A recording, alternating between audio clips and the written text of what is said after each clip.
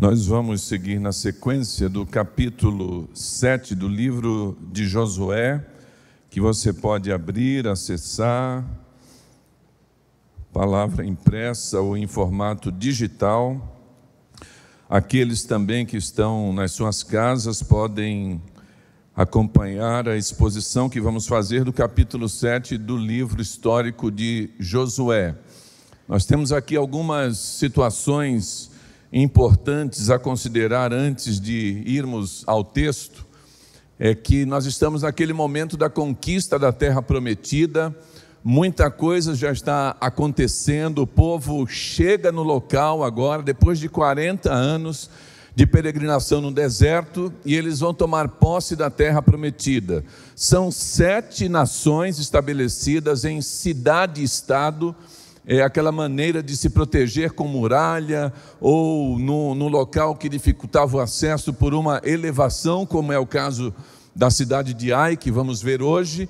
Então, na rota de conquista do povo, na liderança de Josué, ele está conduzindo o povo para tomar posse daquela terra prometida, e inicialmente dessas 7 cidades. Quando você faz uma análise geográfica da região, vai ver que essas 7 nações, elas se constituíam num obstáculo para a posse de toda a terra prometida. E aqui há todo o envolvimento do povo juntamente com Deus. O diferencial que a gente observa é que as vitórias que o povo tem alcançado, alcança porque Deus está presente com o seu povo. Eles já atravessaram o Rio Jordão, Deus já fizera aquele milagre de abrir o Rio Jordão, a semelhança de como abriu o Mar Vermelho. Então agora eles tiveram a primeira vitória, cidade de Jericó, muralha que você imagina, olhando para essa parede, era a altura da muralha, uma largura de 6 metros, aquela muralha veio abaixo e eles tiveram a vitória ali. E agora temos uma sequência, é o segundo desafio que o capítulo 7 vai nos apresentar. Eu a cada dia fico mais convencido, eu já sou convencido de que a Bíblia é a palavra de Deus. Se você acredita piamente que a Bíblia é a palavra de Deus, diga amém. É a palavra de Deus, eu creio, porque quando a gente olha a Bíblia, ela, como verdadeira palavra de Deus, não é um livro humano que o autor está procurando agradar seus leitores para obter algum tipo de lucro. A Bíblia não quer agradar a gente. Os autores inspirados pelo Espírito Santo não ficaram escolhendo somente as melhores coisas ou as coisas vitoriosas para apresentar, mas a Bíblia apresenta a realidade do ser humano como é, do ser humano como eu sou, como você é, como nós somos. Então a Bíblia é a verdadeira palavra de Deus. A Bíblia, ela escancara essa verdade, nossas fraquezas, nossas mazelas, nossas oscilações, nossos pecados. Um dia podemos ter uma vitória acachapante. Quando a gente fala vitória acachapante, a gente está falando indiscutível, que ninguém discute, ganharam realmente. Uma vitória esmagadora, mas no dia seguinte, aqueles que seguem nessa jornada, podem ter uma derrota humilhante, como nós temos aqui no capítulo 7 do livro de Josué. Inicialmente acompanha a leitura 7, indo até o 5. Mas os israelitas cometeram uma transgressão, no caso do anátema, pois Acã, filho de Carmi, filho de Zabdi, filho de Zerá, da tribo de Judá, tomou do anátema, e a ira do Senhor acendeu-se contra os israelitas. De Jericó, Josué enviou alguns homens a Ai, que está junto a Bet-Aven, ao oriente de Betel. Ele lhes disse: subi e espionai a terra. Os homens subiram e espionaram Ai. Eles voltaram a Josué e lhe disseram: nem todo o povo deve subir, subam apenas uns 2 ou 3 mil homens para destruir Ai. Não canses a todo o povo ali, porque há poucos habitantes. Assim subiram cerca de 3.000 homens do povo, mas eles fugiram diante dos homens de Ai. E os homens de Ai mataram cerca de 36 deles. E depois de persegui-los desde a porta da cidade até Sebarim, derrotaram-nos na descida. Então o coração do povo se derreteu de medo e se tornou como água. Senhor, Teu Espírito Santo ilumine a nossa mente, a mente de cada um de nós, para o entendimento. Que essa Tua palavra alcance, Pai, o nosso coração, ela edifique a nossa vida. Que a gente olhe agora para a Tua palavra, observando unicamente mais uma oportunidade de corrigir algo na nossa vida pessoal. Que a gente observe mais uma oportunidade do Senhor, para que a gente caminhe mais perto do Senhor. Seja mais uma oportunidade para que a gente tenha as atitudes corretas, para vencermos a nossa carne, para vencermos as tendências deste ambiente que estamos vivendo na sociedade. Mais uma oportunidade para que a gente obtenha vitória sobre o nosso inimigo, o diabo. Tua palavra santa, viva e eficaz, seja ela a nossa fortaleza nesta noite, em nome de Jesus, amém. Gente, nós temos aqui o texto, que ele está umbilicalmente ligado ao capítulo 6, há uma ligação bem estreita, porque assim que acaba a vitória de Jericó, na minha análise do texto, eles não demoraram muito para se organizar para a segunda batalha. A gente não pode afirmar que aconteceu no dia seguinte. Um dia quando eles entram, e nós explicamos semana passada que eles levantaram cedo, por volta do meio-dia foi o momento, pelas voltas que eles deram, pelo perímetro da cidade, por volta do meio-dia, no início da tarde, a vitória. Mas não há como a gente dizer que foi no dia seguinte que eles já foram iniciar a outra batalha. Até porque Josué se utilizou daquilo que ele aprendera com Moisés. Antes de iniciar a batalha, antes de começar a guerra, é preciso conhecer o inimigo. É preciso um mapeamento, é preciso um levantamento de informações estratégicas. E assim como Moisés havia feito com Josué por pelo menos 2 vezes, aqui também ele, como tinha mandado os espias a Jericó, manda também espias à cidade de Ai. E no meu entendimento, 2 dias, no máximo 3, depois de Jericó, eles já iniciam a batalha. Os espias vão lá e eles trazem um relatório. É um relatório que eu entendo que leva o povo ao descanso. Um relatório que dá a ideia de que agora é mamão com açúcar. É um relatório que coloca o povo assim, talvez numa distração, ainda que a gente saiba, porque a gente já conhece o texto, que a derrota que se aproxima não é por conta de uma postura do povo, mas é porque o povo havia pecado e havia pecado no meio do povo.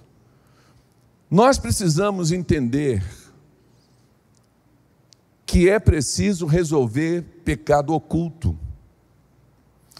Nós precisamos entender que assim como lá no povo de Deus, em vários momentos da história humana, e isso se avança pela nossa história e chega até nós aqui em setembro de 2023, eu e você precisamos cuidar para que não tenhamos nada a esconder, que a nossa vida seja passada a limpo, que a gente seja transparente. Mas o duro é quando a gente encontra situações em que existem pecados ocultos dentro da igreja do Senhor Jesus Cristo. Gente com uma postura errada, escondendo da esposa durante anos, escondendo do esposo durante anos. Gente com uma postura errada, escondendo da igreja, escondendo da sociedade, escondendo do governo. Tantas coisas, e essa nossa inclinação para o mal, as facilidades hoje, o jeitinho brasileiro, sentimento de impunidade, são situações que podem adentrar na igreja através de uma fraqueza no coração de qualquer um de nós. Pecados sexuais, relações ilícitas, a pornografia. Nós estamos vivendo num ambiente do mundo decaído, e nós estamos sendo afetados. A gente convive com isso, e nós precisamos ter o coração fortalecido, o entendimento correto que a gente serve um Deus santo que não compactua com o pecado. Nós não podemos admitir em nenhum momento gente brincando de igreja, gente brincando de ser crente. Nós precisamos o tempo todo sermos alertados, todos nós, que a gente precisa orar e vigiar, que a gente precisa sondar o nosso coração, que a gente tem que ter um controle e levantar barreiras de proteção para os nossos olhos, para ver onde é que a gente está gastando muito tempo vendo, fixando, para ver o que está ocupando a nossa agenda de vida, para ver para que lado o nosso coração está nos levando, se é para aquilo que agrada a Deus, ou se é para aquilo que vai trazer então derrota, e às vezes tristezas, escândalos e até destruição. O tempo todo nós precisamos fazer esse exercício. Josué aqui recebe o relatório, e olha o relatório, não cansa todo mundo não, é uma cidade pequena, não havia nenhuma indicação que tinha uma outra muralha, não havia. Eles sim tinham uma proteção porque estavam numa região mais elevada, mas não havia uma fortificação, de maneira que o relatório é assim, não cansa todo mundo não. Lá a gente ganha com 2.000, ou no máximo 3.000, eles falam de 2 a 3.000. Josué resolve mandar 3.000 homens.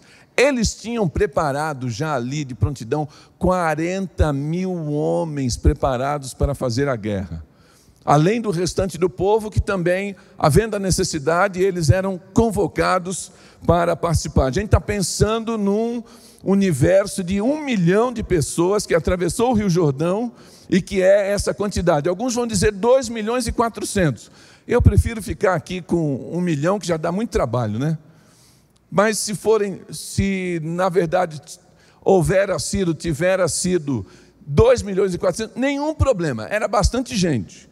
E aí eles dizem, não cansa todo o povo. Josué então resolve mandar 3.000, eles vão e eles são derrotados. 36 morrem, eles têm que fugir dos habitantes de Ai, e nessa fuga 36 homens, chefes de família, perdem a vida.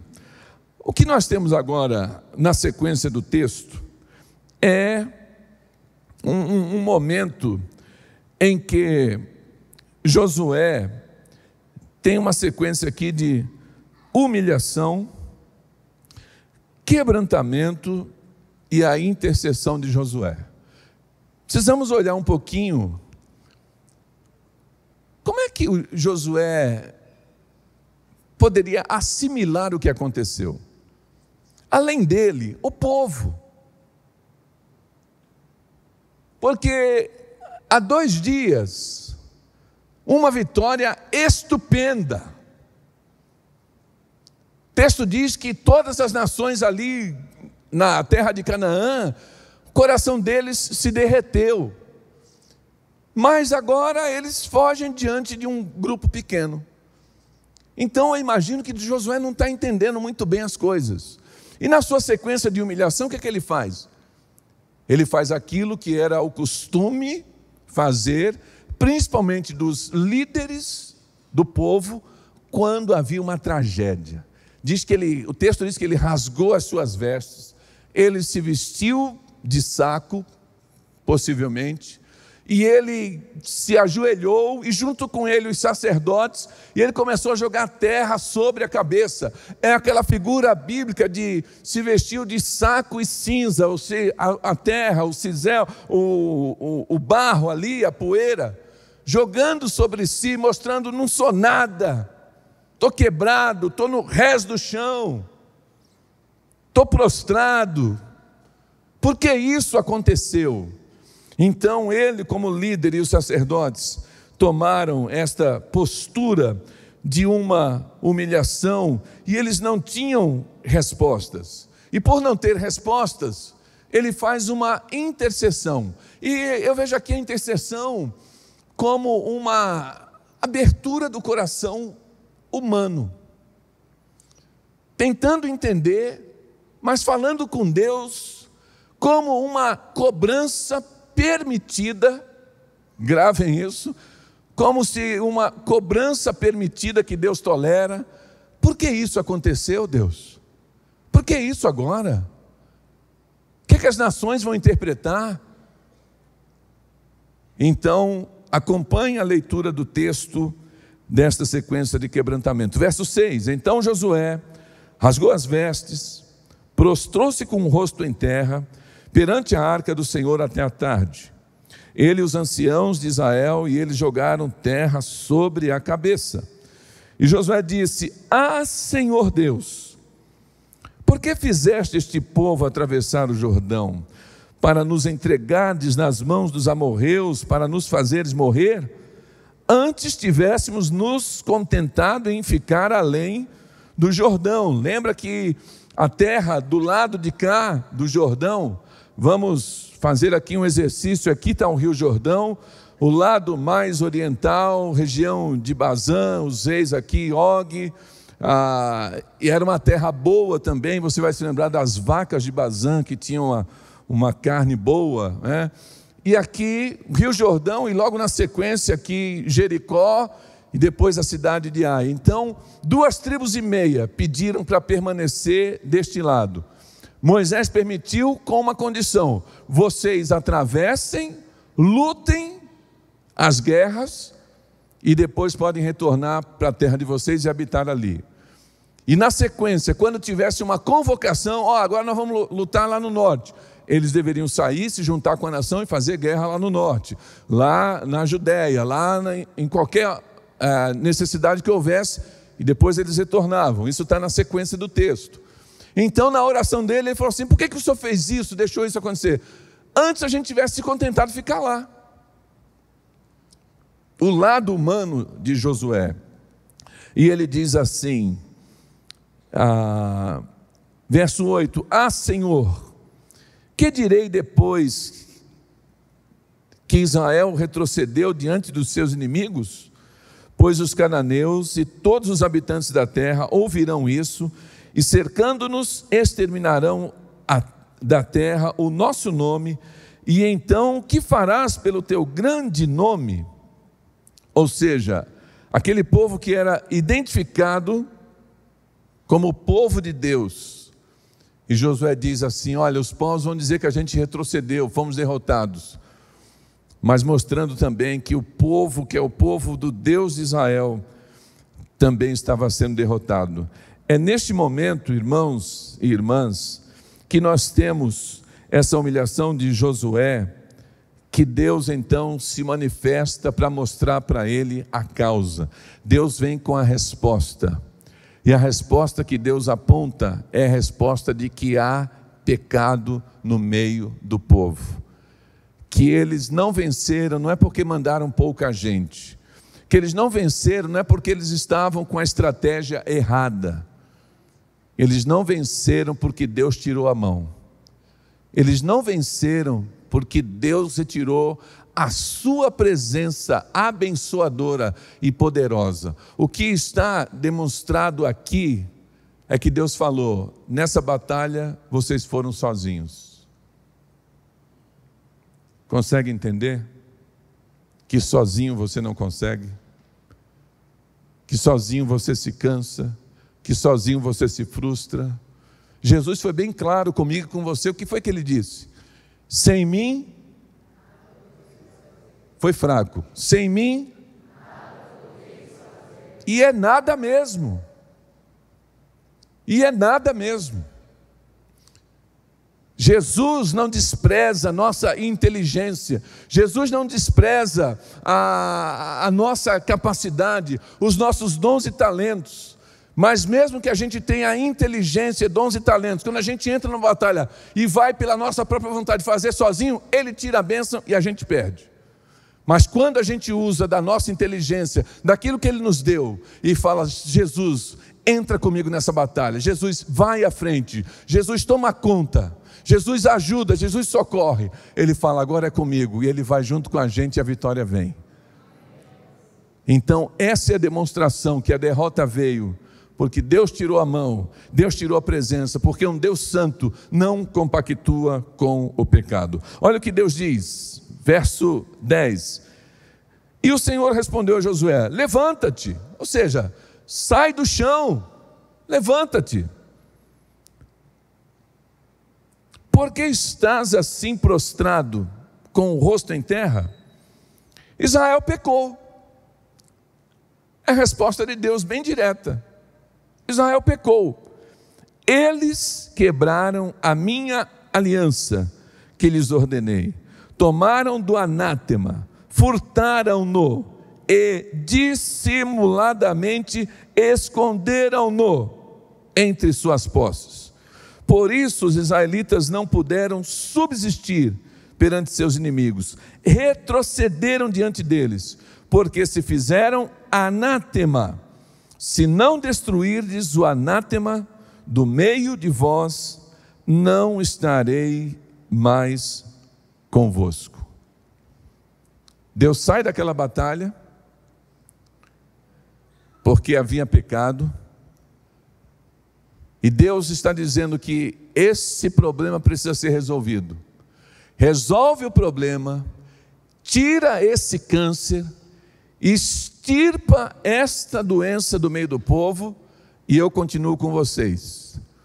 Se vocês fizerem vistas grossas, conivência, se vocês jogarem para debaixo do tapete, não resolverem, eu não estarei com vocês. É o que Deus está dizendo ali para Josué. E a partir deste momento que Josué agora tem a indicação de Deus, pelo menos agora ele já tem a resposta do porquê da derrota, então agora há todo um processo de, então, resolução do problema, que é um processo que vai sendo orientado por Deus. A gente chama isso de processo de tratamento de pecado oculto, que envolvia a destruição do anátema, retirar o anátema e purificar o povo. Ponto 1, verso 13, preparação espiritual.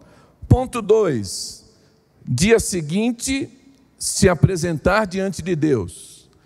Então o povo no dia seguinte, santificai-vos, dia seguinte se apresenta diante de Deus, vai chegar perto de Deus, mas vai chegar perto de Deus porque agora Deus vai iniciar a investigação. É quase que uma acariação. E a sequência é porque Deus vai mostrar naquela reunião com ele onde está o pecado, quem cometeu o pecado, onde estão os equipamentos que foram considerados anátema, para que fosse então retirado do meio do povo. Então, dia seguinte, o ponto 2, o 3 está ligado, Deus haveria de mostrar, e Deus haveria de mostrar através de um processo de lançar sortes e de ir fazendo um processo de eliminação. 12 tribos, lança a sorte, vai cair numa tribo. A tribo que cair, lança a sorte das famílias. Da família que cair, então é a família patriarcal, que envolvia avô, pai, filhos, casavam, viviam juntos, família patriarcal. Então, a partir dali, as famílias, e das famílias, uma família. E um homem que havia sido responsável pelo pecado. E a indicação aqui é que isso seria realizado através de Urim e Tumim. Depois nós temos que o Acã é descoberto, e depois que ele foi descoberto, a confissão, depois da confissão, a comprovação da prova material, e o ponto 7 foi a condenação, o juízo exercido e a sentença sendo executada. Olha o que Deus diz, verso 13: levanta-te, santifica o povo e dize-lhes: santificai-vos para amanhã, pois assim diz o Senhor, o Deus de Israel: o anátema está no meio de ti, Israel não poderá resistir diante dos teus inimigos, enquanto não tirares do meio de ti o anátema. O anátema, a palavra lá no hebraico é o herem. Ele tem duas aplicações. O anátema, ele tem um lado positivo que é de consagração e de separação. Quando se refere a Deus, o anátema, ele é consagrado a Deus, ele é separado para Deus, ele é dedicado para Deus. Por ser, então, separado, consagrado a Deus, se eu pegar do anátema, eu transformo o anátema em maldição para mim. Por quê? Porque ninguém pode tomar posse daquilo que é de Deus. Ninguém pode interferir nas coisas sagradas que são próprias para Deus. E esse anátema aqui foi aquilo que Deus então orientou na cidade de Jericó. Há uma indicação teológica de que como se fossem aqui as primícias oferecidas, porque foi a primeira batalha da conquista.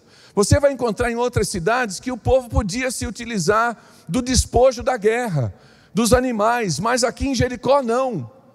A cidade tinha sido separada para consagração, para destruição, para juízo de Deus. E não podemos entender isso com foco humanitário, com direitos humanos. A gente só entende o Antigo Testamento e o livro de Josué, principalmente porque a gente precisa entender que Deus é o dono de tudo. Ele é o dono do universo, das galáxias, das pessoas. Ele é dono, criador. Não são os governos humanos eleitos. Não são acordos de paz. Não são. A gente entende tudo isso como positivo para a convivência. Mas eu fico imaginando o dia que Deus vai trazer juízo sobre a terra. Porque Deus é amor, mas Deus também é justiça. E Ele virá, e Ele fará justiça sobre toda a terra. Aqueles ímpios, maldosos, pessoas violentas, pessoas rebeldes com Deus, vão um dia estar diante de Deus e vão receber o juízo de Deus. Eu e você, salvos por Jesus Cristo, vamos ouvir: vinde, benditos de meu Pai, possuí por herança o reino que vos está preparado desde a fundação do mundo. E os outros: nunca vos conheci, apartai-vos de mim, vós que praticais a iniquidade. E o juízo será executado no inferno, no lago de fogo. Então, o anátema tem um lado que é de Deus, consagrado, mas se alguém pegar para si, se torna maldição. Então o que Acã fez foi trazer maldição para ele, trazer maldição para a esposa, trazer maldição para os filhos, trazer maldição para os animais que eram dele, posse dele, a sua casa, tudo, e aí ele trouxe maldição para o povo perdeu por causa dele.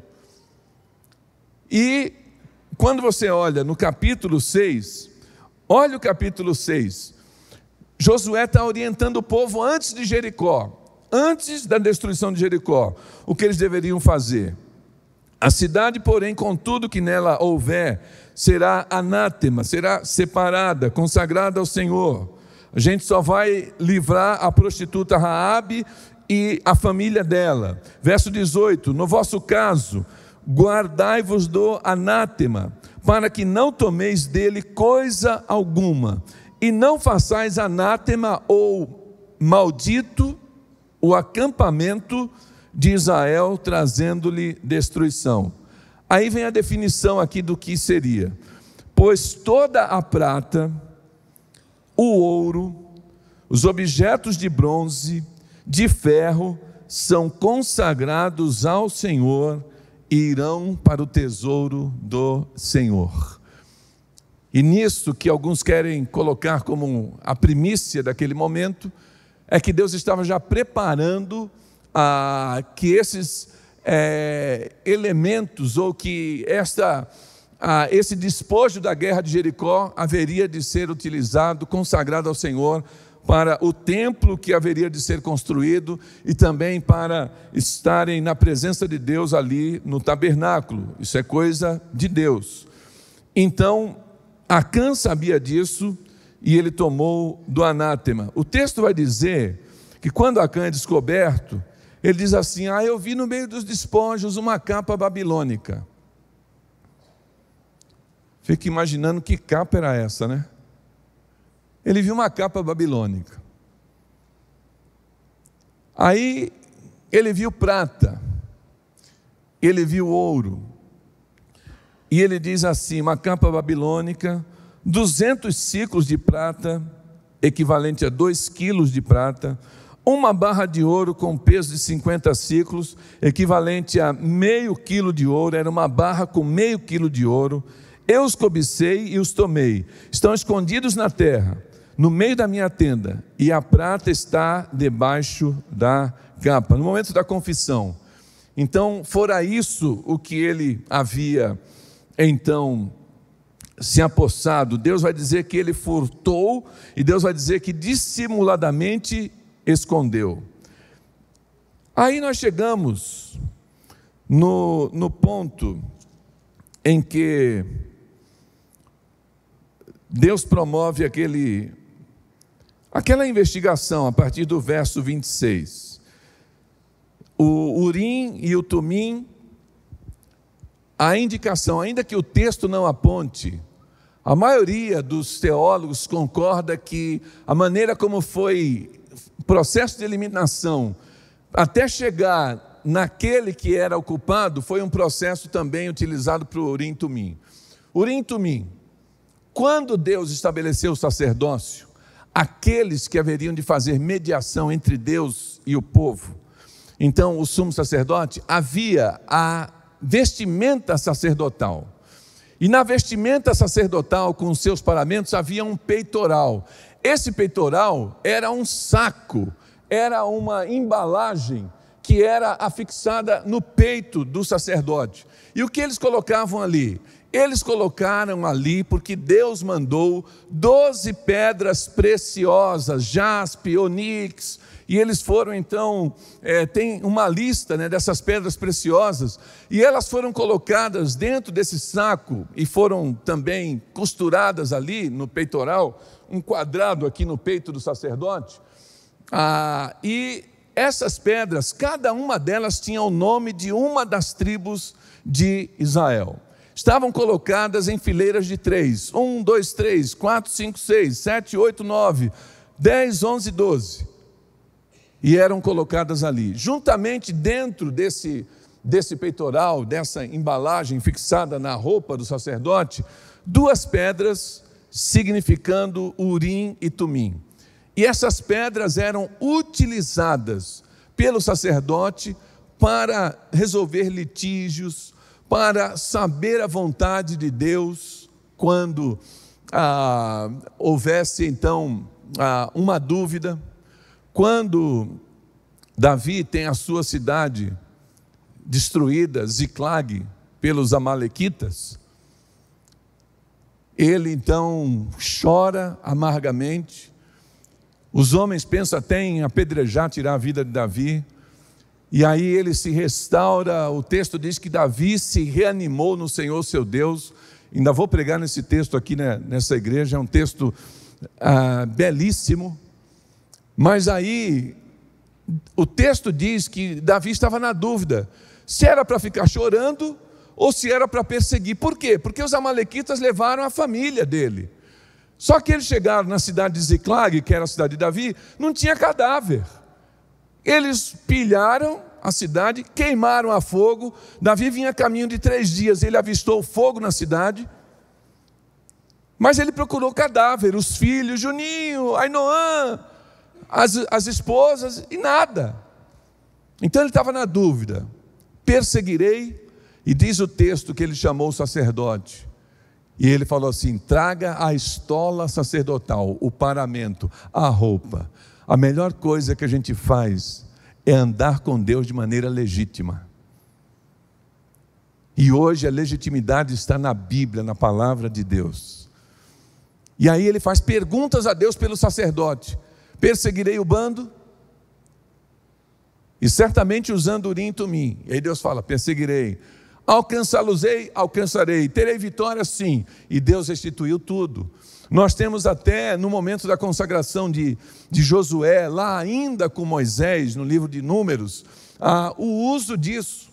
Então, ainda que ninguém tenha certeza, porque alguns querem dizer, uma simbolizava assim, a outra não. E aí a gente não tem essa indicação pelas pedras e pelo significado das pedras e da palavra. O Urim significava luzes e Tumim perfeições. Já vi alguém associando que o Tumim seria o negativo e era associado a perfeições porque estava se referindo a Lúcifer, o anjo que é colocado como perfeito e que se rebelou contra Deus. Então o Tumim é uma coisa rejeitada e o Urim negativo. A gente não tem possibilidade de afirmar, mas a única coisa é que esse foi o meio legítimo, porque Deus colocou isso na lei para consultar, e Deus então trabalhou com o povo para chegar naquele momento. A gente caminha para ver que nós temos agora o Acã, que está exposto diante do povo. E agora nós temos o momento da confissão. Josué vira para Acã no verso 19 e diz assim: filho meu, dá glória ao Senhor Deus de Israel. O que significa isso? Quando ele diz dá glória ao Senhor, ele está dizendo assim: confessa. Mas era a maneira de ele fazer um juramento de que falaria a verdade. Dar glória a Deus seria colocar a mão direita sobre a Bíblia. Dar glória a Deus seria quando os tribunais dizem: juro falar a verdade, dizer a verdade, nada mais que a verdade e tal. Então ele está falando: olha, Deus está aqui, viu? Não adianta enganar, dá glória a Deus e confessa. É o que Josué diz para ele. E ele diz então, e ele confessa o seu pecado que realmente ele fez. E depois de ele confessar, Josué vai mandar a Polícia Federal na casa dele, com mandato de busca e apreensão. Eles foram lá, diz o texto que eles foram lá correndo, e no lugar que ele tinha dito desenterraram, estava tudo lá, e eles trouxeram. O que nós temos aqui? Prova material. O que nós estamos observando aqui é um processo jurídico, realmente. Por quê? Porque Deus queria ensinar o povo. Deus queria mostrar que ninguém fica impune. Deus queria mostrar que Ele não admite pecado escondido. Deus queria mostrar que o problema do pecado precisa ser resolvido. E por isso eles trouxeram, E o texto vai dizer, verso 22, eles pegaram aquelas coisas do meio da tenda, trouxeram a Josué e a todos os israelitas e puseram perante o Senhor. Então Josué e todo Israel com ele pegaram Acã. O verso 24, a gente já vai entrar agora na sentença e no juízo que fora colocado aqui para Acã, a sua condenação, o seu juízo. Pegaram Acã, descendente de Zera, e a prata, e a capa, e a barra de ouro, e os filhos, e as filhas dele, bem como seus bois, jumentos, ovelhas, sua tenda, tudo quanto tinha, e levaram-nos ao vale de Acor. E Josué perguntou-lhe: por que nos trouxesse desgraça? Hoje o Senhor trará desgraça a ti. E todo Israel o apedrejou, eles os queimaram no fogo e os apedrejaram. E levantaram sobre ele um grande montão de pedras, que permanece até o dia de hoje, ou até o dia que o livro de Josué foi escrito. E o Senhor se afastou do ardor da sua ira. Por isso, até hoje, aquele lugar chama-se Vale de Acor, ou Vale da Maldição. Aqui nós temos a sentença. Essa condenação pode trazer até algum desconforto para alguém que leia com a lente ocidental, com a lente do ano de 2023. Mas não havia desconforto lá em nenhum momento pelo que Deus ordenara e o povo fez por conta da lei em que eles estavam sujeitos. Por quê? Nesse contexto diferente, nós estamos onde aqui? Você já ouviu falar de olho por olho, dente por dente? Sim? Dá um sinal se você já ouviu. Ok. Então é olho por olho. Cegou alguém? Tirou o dente, dente por dente. Mas às vezes a gente fica só no olho por olho. Também era vida por vida. E lá na lei, o texto de Êxodo que apresenta então como é que eles haveriam de tratar estas situações diante do povo, a sentença colocada ali, vai colocar muito claramente como é que se tratava isso. O contexto aqui é que Acã, ele é um homicida. Havia cidades de refúgio.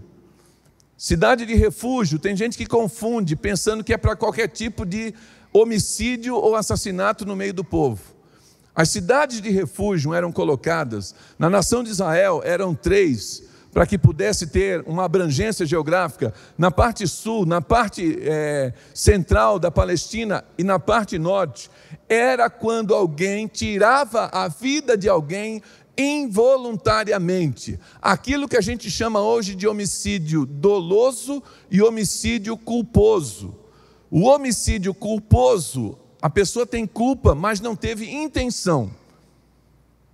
O com dolo é aquele que maquinou, que fez a emboscada, que pensou, vou matar a pessoa com essa arma, e ele maquinou. Então o texto que fala da cidade de refúgio vai dizer assim: se um homem, é um exemplo que está lá, estiver lá na floresta, e ele estiver usando o machado, e mais gente trabalhando, e ele está dando a machadada, e o machado quebrar, e o machado bater em outro homem, e esse perder a vida, ele deveria sair correndo, para entrar numa cidade de refúgio, esperar o julgamento devido, levantamento testemunhal. As pessoas iriam dizer não, mas isso era para amenizar a ira da família, do filho, da esposa, do pai, que pudesse ver, tirou a vida, então é olho por olho, vou atrás. Ele deveria chegar lá primeiro. 3 cidades de refúgio. Quando a nação crescesse, mais 3 cidades iriam ser colocadas. Mas quem tirasse a vida com dolo, perdia a vida, era apedrejado. Então Acã está contado aqui, nesta situação em que ele havia feito por responsabilidade. Era como se ele assumiu o risco porque fora avisado antes, assumiu o risco de trazer maldição, e nós tivemos ali 36 homens que perderam a vida. Considerações importantes. Primeiro, o pecado de um afeta toda a igreja. Quando Deus fala, Deus já sabia quem tinha feito. Deus sabia que tinha sido Acã, mas ele fala: Israel pecou, o povo pecou. Quando Paulo vai tratar na igreja de Corinto, lá no primeiro livro, capítulo 5, ele vai mostrar que tem pecado dentro da igreja de Corinto. Ele escreve à igreja e diz assim: como é que vocês estão permitindo isso? Que escândalo! Nem entre os infiéis a gente não ouve falar isso, porque tinha um membro da igreja tendo relações sexuais com a mulher do seu pai, com a madrasta. E a igreja sabia, não fazia nada. E ele falou: retira esse camarada daí, desliga ele.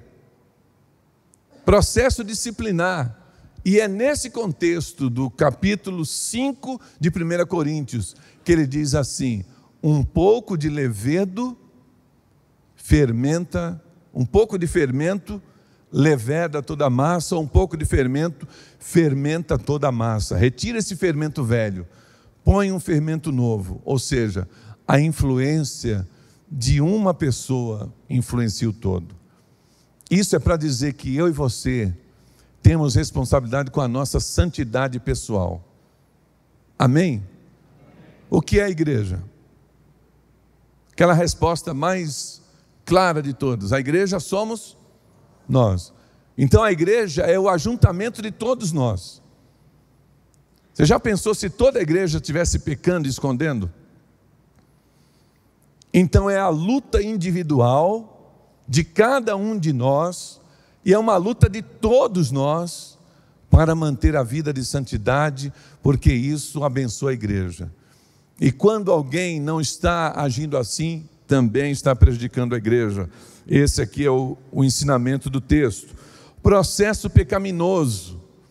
Na confissão de Acã, ele tem um processo pecaminoso semelhante àquele processo de pecado que Tiago coloca no primeiro capítulo de Tiago. Ele diz que viu. O pecado, as coisas erradas, as tentações, elas vão ganhando espaço nas vulnerabilidades que a gente tem. Então a gente tem a natureza pecaminosa, que Paulo vai chamar de sarques, é a inclinação para o mal. Isso vem desde o jardim do Éden. Quando Adão pecou, toda a raça humana peca, a gente tem essa fragilidade. Aí nós temos uma entidade do mal que cria as ciladas. E nós temos um mundo que nós falamos semana passada, o cosmos e o aion, que é o universo e a vida secular. É a tendência, porque o mundo não somente os planetas, mas o mundo também as pessoas. E o secularismo do aion, que é o texto de Romanos 12, vai mostrar que é o modo de vida contrário à vontade de Deus. É quando as pessoas querem viver desconectadas de Deus, afastadas de Deus. E aí nós temos várias filosofias, principalmente a partir do iluminismo na França. Pascal, a morte de Deus, coloca Deus numa caixinha. Quer servir a Deus, vai na igreja, sai da igreja, tudo pode. Então essa dualidade que a gente precisa enfrentar. Você convive com pessoas que pensam assim. Você senta para trabalhar no seu local de trabalho com pessoas que não entendem como é que você vive a vida cristã. Mas você não deve ser igual, você não vai fazer as mesmas coisas, você não vai usar o mesmo vocabulário, você não vai usar as mesmas estratégias. Você vai seguir obedecendo a santa palavra de Deus, para que a gente vença o mundo, o secularismo. Então, o processo de Acã, ele viu, e aí a Bíblia fala da concupiscência dos olhos, a cobiça dos olhos. Aí ele fala: eu vi e cobicei. A cobiça nasce, que é um desejo desenfreado, incontrolável da carne. Eu quero aquilo lá. E quando entra a cobiça no cenário, a partir da visão, começam as mentiras. As mentiras da filosofia do mundo, as mentiras da nossa carne e as mentiras do diabo, sugestão. Aí colocou o olho, desejou, vem a indecisão e a gente vai para a esfera do pensamento. E aí o nosso pensamento é que vai determinar se a gente comete o pecado ou se a gente foge, como José. E é nesse momento as mentiras entram. Mas você merece. Não, ninguém está vendo. Ninguém vai saber. A carne é fraca. Deus é bonzinho. Depois você pede perdão. E quando o crente não foge, quando o crente não bloqueia, quando ele cai, quando ele consuma, ele então traz destruição para si. Ainda que a gente não esteja falando de uma morte plena, mas algumas coisas começam a morrer no coração do crente em pecado. Algumas mortes acontecem, morre a esperança, morre a dignidade, quem peca fica envergonhado. Crente em pecado foge da igreja. Tem crente que acha que o pastor tem bola de cristal e que eu no domingo olho assim, eu sei quem é santo e quem pecou. Eu sei quem está com a vida certa e quem está em pecado. Tem crente que acha que é assim. Eu lembro de um dia na porta da igreja, apertei a mão de um jovem, né? E aí falei, oi, boa noite, tudo bem? Ele, tudo bem, por quê? Porque tem gente que anda desconfiado. E tem crente que desconfia de todo mundo, não acredita em ninguém, porque ele tem a vida toda errada, ele está se projetando.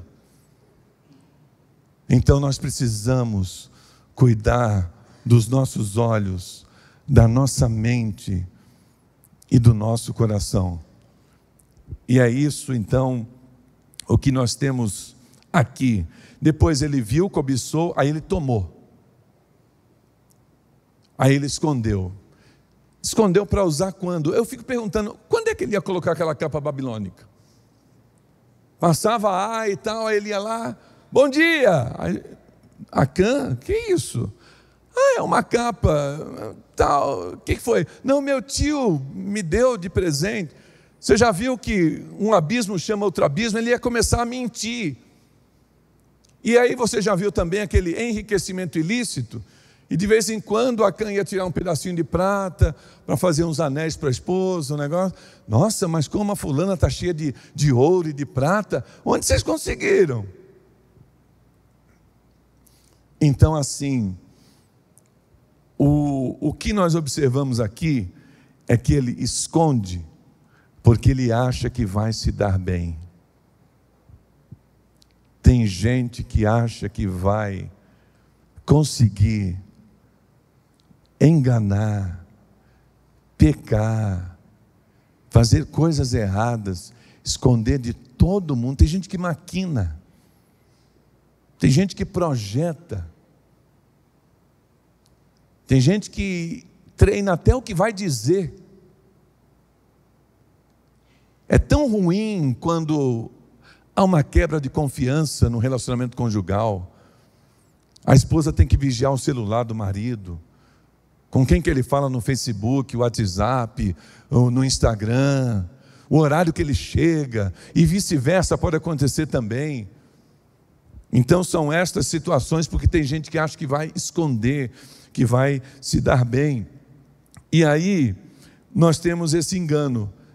Ele foi avisado antes de Jericó cair a muralha, que não podia pegar nada. Aí ele foi e pegou. Aí ele está achando que está tudo bem, só que não está tudo bem. Segunda batalha, vai lá, 3.000 homens, perde. E ele sabia que se pegasse anátema, trazia maldição. Eu fico imaginando que quando chegou a notícia, os homens foram derrotados, meu Deus, e agora? Eu tenho a convicção de que ele pensou na capa. Será? Ele pensou no ouro. Não é possível. Um ourinho só, Senhor, uma prata, não vai fazer falta, a capa. Mas ele, de alguma forma, eu entendo que ele pensou no que ele havia feito de errado, se tinha alguma ligação. Aí vem no outro dia, ou naquele momento do quebrantamento, Deus fala: olha, teve gente que pegou coisa errada. Deus falou, teve gente que furtou, pegou o que não era para pegar e escondeu. Será que ele não sabia que era ele? Sabia. Aí Josué continua dizendo: olha, amanhã todo mundo vai se apresentar e Deus vai revelar. Gente, o que ele tinha que fazer naquele momento? No dia anterior, para tudo. Josué, vem cá, gabinete pastoral, vamos no aconselhamento. Fala para Deus que fui eu, está lá na minha tenda, não precisa reunir o povo. Eu confesso o meu pecado. Ele se calou aquela noite. Será que ele dormiu? Quando amanheceu, junta todo mundo, ele ainda está achando que vai se dar bem. Ah, não vai dar em nada. Lança a sorte, Judá. Ele, opa, vai chegando perto. Lança a sorte, chegou no avô dele. E aí Deus foi diretamente nele. Ele teve tempo de confessar, mas ele resolveu esconder. Dos grandes desafios, desafio meu e seu, é velocidade da confissão. Não demore, se você falhar, a correr para os pés do Senhor e pedir perdão. Não adie resolver suas pendências. Isso vai só te envenenando, vai te laçando, vai colocando prisões, algemas. Deus não vai expor ninguém nesse momento e dizer: olha aqui, porque hoje nós temos, quando a gente peca, nós temos um advogado, e nós temos a Jesus Cristo, e o texto de João diz que se confessarmos os nossos pecados, Ele é fiel e justo para nos purificar de todo o pecado, de toda a injustiça. A gente caminha em glória com Deus, mas a gente caminha no caminho do perdão. A gente corre para o perdão porque a gente não é perfeito.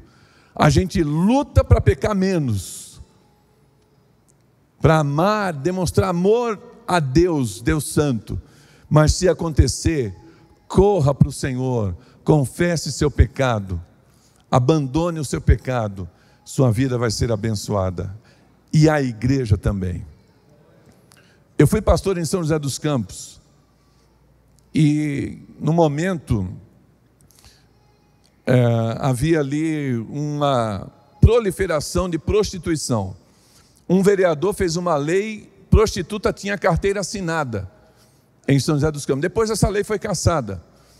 Mas um homem crente, não era da minha igreja, um homem crente, bem casado, bem estabelecido, filhos bonitos, amava a sua mulher, mas ele começou a admitir olhar alguns sites pornográficos, começou a se deter diante de pornografia, o aprisionamento, a serotonina, as imagens que entram pela retina vão estimulando áreas do cérebro, e aí a libido e a vazão disso tudo, e ele foi ficando aprisionado. Hoje nas igrejas, muitos estão aprisionados pela pornografia. Que Deus tenha misericórdia de nós, que eu e você e todos nós vençamos estas tentações, amém? Quem precisa de ajuda, procura o pastor Adilson. No particular, se alguém tem dificuldade com isso, com estas tentações, pornografia ou outras tentações, procura, vamos orar juntos, vamos ler a Bíblia, vou te ajudar. Depois a gente fala mais sobre isso. Então esse homem da pornografia, um abismo chama outro abismo, ele admitiu a possibilidade de colocar a fantasia em ação, de consumar as fantasias com uma prostituta. Foi no centro da cidade, olhou, né? Viu, cobiçou, desejou, falou, é aquela ali, chamou, combinou preço e disse para ela assim: olha, nós vamos ter então essa relação sexual, só que não pode ser na cidade, tem que ser num lugar onde não tenha ninguém. Nós vamos ter a relação num lugar onde ninguém veja. Por isso, não é no hotel, não é no motel, não é na minha casa, na sua. A gente vai sair para um lugar que não tenha ninguém, vamos fazer no carro. Pago mais, se for necessário. A prostituta colocou preço. Eles saíram.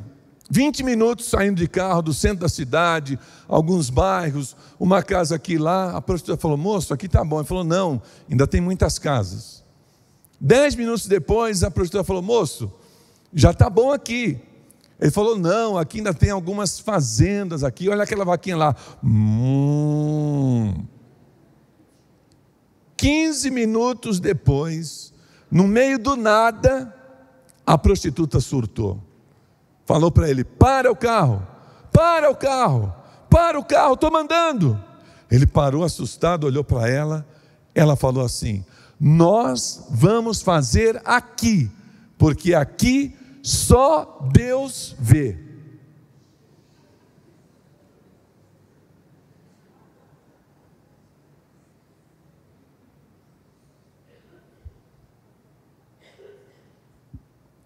Eu já vi a mula de Balaão falando, já vi bêbado traduzindo o missionário e muita gente se convertendo. Deus usa a mula, Deus usa bêbado, Deus usa prostituta pregadora. Porque sem saber, ela pregou para aquele homem crente que estava em queda moral. Quando ela disse: aqui está escondendo de todo mundo, mas aqui só Deus vê. Ele pensou: eu estou escondendo da esposa, dos filhos, do pastor, da igreja, dos amigos, mas de Deus eu não posso esconder. Aquele homem se quebrantou, falou para a prostituta: nós não vamos fazer nada, pediu perdão para ela, pagou o dinheiro combinado, levou a prostituta no centro da cidade, entregou a prostituta lá, e ele consertou a sua vida na presença do Senhor. Nós precisamos entender que com Deus nada fica escondido. Não há nada oculto que não venha a ser revelado. Deus não se deixa escarnecer. Diz Gálatas, Paulo aos Gálatas: tudo que o homem semear, ele vai colher. Que a gente semeie no Espírito, que a gente semeie em boa terra, que a gente colha frutos que abençoam, mas que a gente não semeie no lugar errado, para não atrair a corrupção. Abaixe sua cabeça, feche os seus olhos.